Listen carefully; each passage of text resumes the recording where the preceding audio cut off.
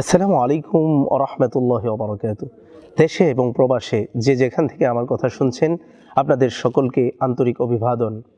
আমার টিভির পক্ষ থেকে আমি মুজতাহিদুর রহমান তানভীর আরিফি আপনাদের সামনে হাজির হয়েছি একটি টপিক নিয়ে, রমজানুল মুবারক। এই বিষয়ে আপনাদের সামনে কিছু কথা বলার চেষ্টা করব ইনশাআল্লাহ। আল্লাহ সুবহানাহু ওয়া তাআলা কোরআনুল কারীমে 2 নম্বর সূরা বাকারা আয়াত নম্বর 183 আল্লাহ বলছেন, ইয়া আইয়ুহাল্লাযীনা আমানু কুতিবা আলাইকুমুস সিয়াম কামা কুতিবা আলাল্লাযীনা মিন ক্বাবলিকুম লাআল্লাকুম তাত্তাকুন।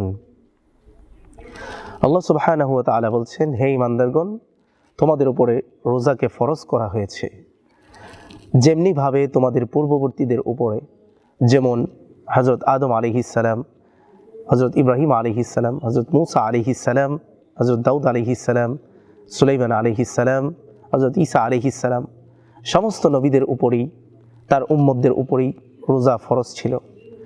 এটা শুধুমাত্র আমাদের নবীর উপরে ফরজ করা হয়েছে বিষয়টা এমন নয়, এটা যুগ যুগ ধরে এই রমজানের রোজাকে আল্লাহ পাক ফরজ করেছেন। হয়তো রমজানে ছিল না, বছরে একটি ছিল, বা বছরে 10টি ছিল, বা 3টি ছিল, এভাবে বিভিন্ন সময়ে বিভিন্ন নবীদের যুগে রোজা ফরজ ছিল।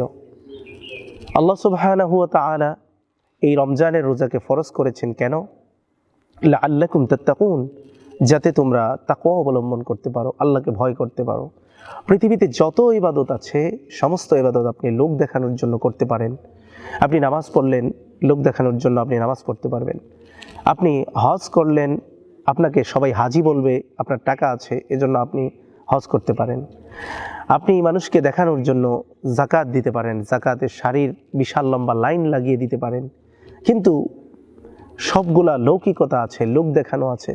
একমাত্র ইবাদত যেটার মধ্যে আপনার কোনো লৌকিকতা নেই, সেটা হচ্ছে শুধুমাত্র কেবলমাত্র একমাত্র রমজানুল মুবারকের রোজা অথবা সিয়াম সাধনা। রমজানের রোজা যদি আপনি রাখেন, তাহলে আপনার কাউকে দেখানোর কোনো কিছু নেই। আপনি ঘরে বসে হোটেলের নিচে, লাল পর্দার নিচে আপনি পুরি সিঙ্গারা খেলেন, রুটি খেলেন, ভাজি খেলেন, গোশত খেলেন, এতে কেউ দেখবে না, হয়তো আল্লাহ সুবহানাহু ওয়া তাআলা ঠিকই দেখবেন। সুতরাং রোজা আপনি দাবি করার বিষয় নয়, বরঞ্চ এটা আল্লাহ সুবহানাহু ওয়া তাআলার জন্যই।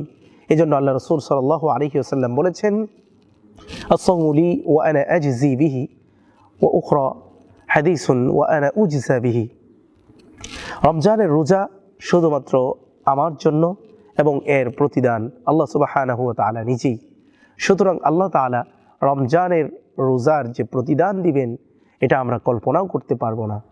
এই জন্য আসুন আমরা প্রত্যেকেই রোজা রাখি এবং আমরা আমাদের সন্তানদেরকে এখন থেকেই রোজা রাখানোর অভ্যাসে পরিপূর্ণ করি, যাতে পরবর্তীতে আমার সন্তান নিয়মিত রোজা রাখায় অভ্যস্ত হয়।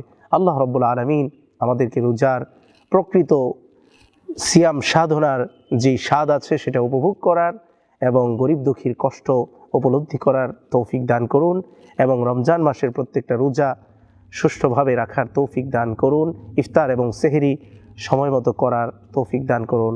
ওয়া সাল্লাল্লাহু তাআলা আলা খাইরি খালকিহি মুহাম্মদ ওয়া আলিহি ওয়া সাহবিহি আজমাইন। আসসালামু আলাইকুম ওয়া রাহমাতুল্লাহি ওয়া বারাকাতুহু।